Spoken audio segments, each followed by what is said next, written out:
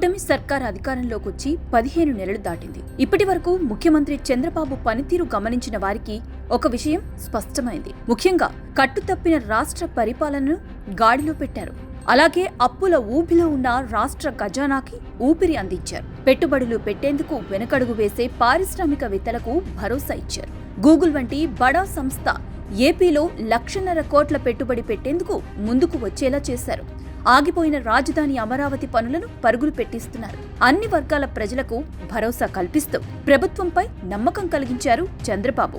ఎన్నికల్లో ఇచ్చిన హామీలను అమలు చేస్తూ అదే సమయంలో పరిపాలనతో ప్రజలను ఆకట్టుకుంటున్నారు.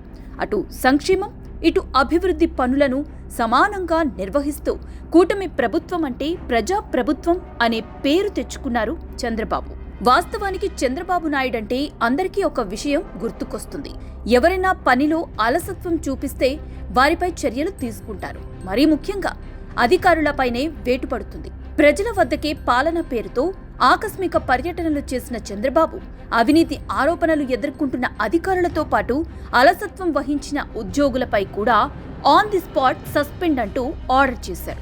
ఇక పరిపాలన విషయంలో చంద్రబాబు ముక్కుసూటిగా ఉంటారని, ఎవరి మాట పట్టించుకోరనే మాట కూడా ఉంది. ఇక అదే సమయంలో బ్యూరోక్రాట్ల మాట వింటారనే అపవాదు కూడా ఉంది. చంద్రబాబు తీరు వల్ల కొంతమంది సీనియర్ నేతలు కూడా పార్టీకి దూరమయ్యారనేది వాస్తవం. పార్టీలో గ్రూప్ రాజకీయాలు ఉన్నాయని బహిరంగంగా చెప్పినా కూడా చంద్రబాబు పట్టించుకోరని, అందుకే వెళ్లిపోతున్నామని బహిరంగంగానే విమర్శలు చేశారు. అయినా సరే చంద్రబాబు మాత్రం పార్టీ నేతల విషయంలో కాస్త అలసత్వం వహించేవారు. ఇక కూటమి అధికారంలోకి వచ్చిన తర్వాత 15 నెలల పాటు కేవలం పరిపాలనపైనే ఎక్కువగా ఫోకస్ పెట్టారు. దీంతో పార్టీ నేతలు కొందరు లైన్ దాటి వ్యవహరిస్తున్నారు. పార్టీలో కొందరు నేతల తీరుపై బహిరంగంగానే ఆరోపణలొచ్చాయి.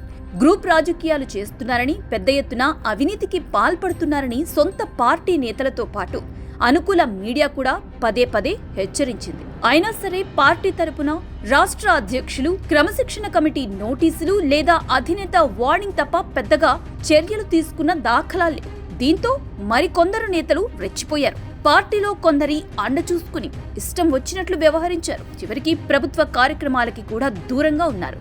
దీనివల్ల పార్టీకి, ప్రభుత్వానికి కావలసినంత చెడ్డ పేరు వచ్చింది. పరిస్థితి ఇలాగే ఉంటే ఎన్నికల్లో ప్రభావం పడుతుందని ఇప్పటికే పలు సర్వే సంస్థలతో పాటు రాజకీయ విశ్లేషకులు కూడా వార్నింగ్ ఇచ్చారు. దీంతో చంద్రబాబుతో పాటు లోకేష్ కూడా స్వయంగా రంగంలోకి దిగారు. 4 రోజుల వ్యవధిలో ఇద్దరు పార్టీ కేంద్ర కార్యాలయానికి వచ్చారు. ప్రజా దర్బార్ పేరుతో పార్టీ నేతలతో సమావేశమయ్యారు. పార్టీ లైన్ దాటుతున్నారనే ఆరోపణలు ఎదుర్కొంటున్న నేతలకు డైరెక్ట్ వార్నింగ్ ఇచ్చారు. కొలికపూడి శ్రీనివాసరావు, కావ్య కృష్ణారెడ్డి వంటి నేతలకు నోటీసులు ఇచ్చారు. ఇక ప్రభుత్వ కార్యక్రమాలకి దూరంగా ఉంటున్న 48 మంది ఎమ్మెల్యేలపై చంద్రబాబు సీరియస్ అయ్యారు. అన్నింటికంటే ముఖ్యంగా తనకు నేతల కంటే పార్టీ గెలుపు ముఖ్యమంటూ లోకేష్ చెప్పిన మాటలు ఇప్పుడు ఎమ్మెల్యేలు గుబులు రేపాయి. పార్టీ గెలిస్తేనే పదవులు వస్తాయని లోకేష్ తేల్చేశారు. అంటే పార్టీ కోసం ఏ స్థాయి నేతనైనా సరే పక్కన పెట్టేందుకు సిద్ధమని వార్నింగ్ ఇచ్చారు లోకేష్. దీంతో ఆగ మేఘాల మీద అన్ని నియోజకవర్గాల్లో ఎమ్మెల్యేలు ప్రజా దర్బార్ నిర్వహించారు. ఇక చంద్రబాబు కూడా తాజా రాజకీయ పరిణామాలు, జిల్లా అధ్యక్షుల ఎంపిక, రాష్ట్ర కమిటీ అంశాలపై ముఖ్య నేతలతో చర్చించినట్లు తెలుస్తోంది. పార్లమెంట్ అధ్యక్షులపై కసరత్తు దాదాపు పూర్తి చేశారు. త్వరలో 25 స్థానాలకు అధ్యక్షులను ప్రకటించనున్నారు. అదే సమయంలో రాష్ట్ర కమిటీపై కూడా కసరత్తు మొదలు పెట్టారు. నామినేటెడ్ పదవులు రాని వారికి పార్టీ పదవుల్లో అవకాశం ఇవ్వాలని నిర్ణయించినట్లు తెలుస్తోంది. ఇదే సమయంలో సీనియర్లు, యువతకు సమన్యాయం చేస్తూ త్వరలో కొత్త కమిటీ ప్రకటన చేస్తారనే మాట ఇప్పుడు పార్టీలో బాగా వినిపిస్తోంది. మొత్తానికి ఇన్ని రోజులు కేవలం ప్రభుత్వ కార్యక్రమాలపైనే దృష్టి పెట్టిన చంద్రబాబు ఇప్పుడు పార్టీపై కూడా ఫోకస్ చేయడంతో తెలుగు తమ్ముళ్లు సంతోషం వ్యక్తం చేస్తున్నారు.